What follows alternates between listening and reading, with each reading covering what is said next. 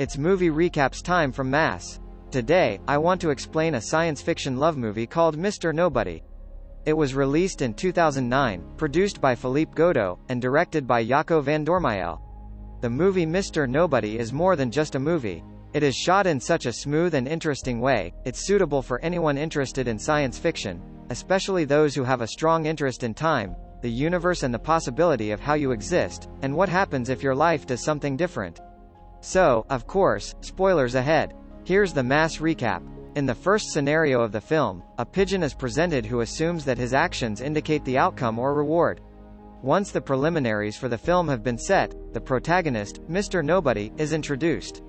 His death scenes are shown in the opening of the film. The deaths are all reflections of his many life decisions. Mr. Nobody, in his elderly age, narrates the film. During the doctor's interrogation of him, Mr. Nobody discovers that he is 118 years old, even though he has no recollection of his history. Instead, the doctor pushes him to view his present facial attributes, since he still believes he is 34. Mr. Nobody's reality hits him, and he begins to yell at the doctor since everything feels unreal to him, as a flash of unfamiliar lives and memories wash over Mr. Nobody.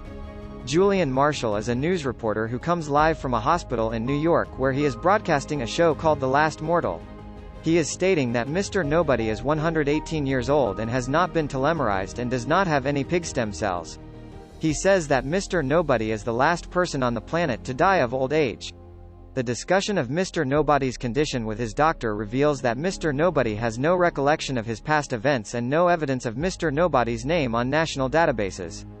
No one knows who he is, and he has no idea about his past. He says that Mr. Nobody's memory is jumbled, which is entirely typical for someone of his age. The doctor then proposes an ancient approach that may aid in Mr. Nobody's memory recovery. Naturally, Mr. Nobody takes the offer voluntarily and lets the doctor hypnotize him. Mr. Nobody awakens after being hypnotized in a location where everyone is wearing the same clothing, and the pattern on the walls and the bedsheets are all the same. He starts rushing outside the building, and on the building's ceiling, he sees a sign that asks him to sleep and points to the sky. Before he knows it, the wardens are dragging him back to the building. The doctor then instructs him to go further into his recollections. As the narrative progresses, Mr. Nobody recalls the events leading up to his birth. He recalls beings called Oblivion Angels, whose mission was to make children forget about everything, since they are aware of their future. However, those angels do not erase his memories, which has an impact on the rest of his life. Mr. Nobody, like any other child, has the right to select his parents. Nevertheless, he listens in on many people's conversations, including his parents. He picks his parents for two reasons. First, the lady smelled beautiful, and second, unlike the other guys, his father was genuinely interested in his mother. He contemplates the gravity of this decision, exploring the butterfly effect. Mr. Nobody, unlike the other kids, was highly observant and curious, and he tended to question everything. Unfortunately, this inquisitive nature created chaos in his life. With the assistance of a nurse, a journalist comes to meet Mr. Nobody. He's curious regarding life before telemerization. The concept of life has evolved, and Mr. Nobody is the only one unfamiliar with this element. He belongs to the time of pollution when people used to have sex, but it has now become outdated. These findings astound the journalist as much as the altered reality jolts the protagonist. His existence is plagued by the paradox of always knowing the past yet never knowing the future. However, as he grows older, he realizes that, unlike the majority of the people, he can predict how his decisions would affect his life, because he remembers the information the angels forgot to erase. This leads him never to make a choice so that all options are still possible, especially when it comes to important life decisions, such as which childhood friend will be his wife. At one point, he predicts that his father's automobile will collide with and kill a woman because his father is focused on a piece of eggshell in his food. To rescue his father and that woman from this suffering, he clears the eggs so that the waffles are clean and changes the entire event. As a youngster, he confides in his mother and tells her about how he predicts what will happen in the future. His mother, on the other hand, does not trust him because this talent was so unusual. The protagonist's mother was cheating on his father, and he discovers this one day. This occurrence leads to his parents' separation, which takes the film to its most crucial moment. As a child, Nemo is forced to choose between his mother and father. He mulls over how both options may work out for him. If he leaves with his mother, then in the future, his mother will bring a man for supper, and while they are chatting, Nemo will end up predicting that this man would die while driving and that a train would crush him and his automobile. Moreover, he will meet Anna for the first time the next day. He was mindful of the repercussions of his decisions. He altered his actions deliberately, and as a result, Anna liked him more.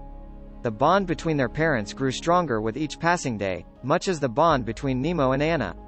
When their parents found out about their relationship, everything took a turn for the worst. After a long time, Anna and Nemo end up in the same town. They exchange numbers and meet at the lighthouse. As the story unfolds, we learn that if Nemo chooses a life with Anna, he will die at an early age which he is aware of. His automobile will crash into the sea, causing him to perish and be devoured by fish. Nemo's unexpected outburst recalls a time in his life when he was married to Elise. He has 3 children from her and has a very mundane life. Yet, Nemo's imagination is continuously shifting from one phase to the next. He was thrown into this stage unexpectedly, so he feels out of place at Elise's home. In addition, he is unaware of what is going on, and so cannot recall the name of his son. Now his mind carries him to the ramifications of his second option, living with his father. His father is physically disabled after 7 years. If Nemo chooses this life, he will be obliged to his father, where his only outlet is to write science fiction stories that are actually non-fiction about his future trip to Mars. He meets Elise at a party where her boyfriend, Stefano, is fighting with her, and she goes home with Nemo. Nemo accepts Elise's promise that Nemo will go and leave her ashes on Mars when she dies. The next day, he goes to meet her, and because he knows how she will react in a given situation, his decision here will determine the course of his life. If he returns and responds aggressively, he will have a catastrophic accident. He will have to be paralyzed for the rest of his life. As the film progresses, the spectator is warned that if Nemo keeps quiet, Elise will reject him, and he would end up marrying the first female who dances with him at the party. Jean was the first girl who chose to dance with him, and at the end of the day, he was determined that he would marry her and be wealthy, with a large house painted yellow and a swimming pool. Nemo will learn to swim and will not stop until he has accomplished all of his goals. If he speaks up when Elise rejects him, he ends up marrying her, but Elise had been highly depressed her entire marriage, with rapid ups and downs. One day it all got out of control, and she decided to leave. She chooses to start her own hairstyling business after leaving Nemo. The second part of Nemo's existence is introduced, in which he is sitting next to the swimming pool and cannot identify his wife, Jean. He mistakenly called her Elise. He then makes the callous claim that he knows no one called Elise. Jean, on the other hand, appears unconcerned and urges Nemo to relax. Nemo's friends come to his and Jean's house. These colleagues are from his office, and they are telling him that they miss him at work in order to persuade him to return. While Nemo is occupied with all the news on the news channel, his life experiences and the trauma he was going through had an impact on his marriage with Jean, and he ended up leaving her. Once his marriage failed, he carved yes on the one side of a coin, and on the other, he wrote no. He leaves his choices for the coin to determine, and he ended up in a hotel room where he altered his name, and some individuals killed him because they mistook him for someone else. When Elise dies, Nemo travels to Mars to disperse her ashes, and on his way back to Earth, he is hit by a meteor. He died, living out the fiction story he had written as a kid while living with his father after his motorcycle accident left him paralyzed. After all these recollections, Nemo gets up in this realm where everything is the same, and it becomes difficult for him to distinguish between things. He misidentifies another lady as his mother, resulting in an outburst. He is constantly given signals to abandon that location. Finally, he follows his instincts and dials the number that appeared in the sky. This phone call provides him with a place where he may obtain a CD. This CD contains a message from an older Mr. Nobody who is conversing with his younger self. He had this talk just to make him aware of the reality that he must live his life to the fullest for himself.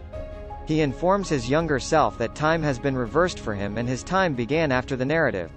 He's informed that he must live until February 12, 2092. He is perplexed by this paradox and believes that only the architecture knows what is going on right now. The child at the train hasn't made a choice about which parent to live with yet.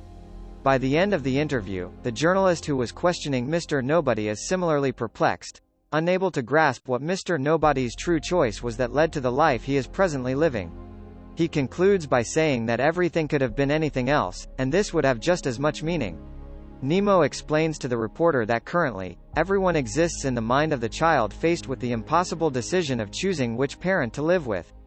At the end of the film, we learn that Nemo understood what it would be like to live with his mother and father. As a result, he abandoned both of his alternatives and made a choice to embark on a new path.